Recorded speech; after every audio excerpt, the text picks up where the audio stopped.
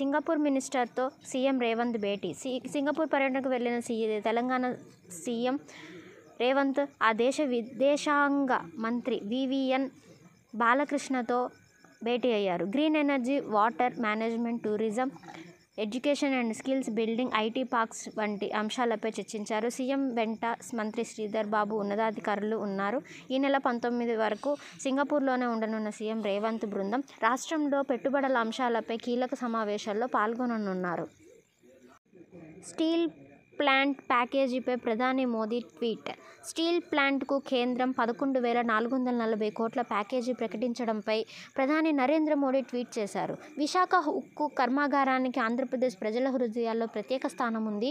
నిన్నటి కేబినెట్ సమావేశంలో plant equity మద్దతు కింద 10,000 కోట్లు ప్యాకేజీ ఇచ్చేందుకు నిర్ణయించాం. ఆత్మనిర్భర్ భారత్ నిర్మాణంలో ఉక్కు రంగ ప్రాముఖ్యతను ఇది వెల్లడిస్తుందని పేర్కొన్నారు.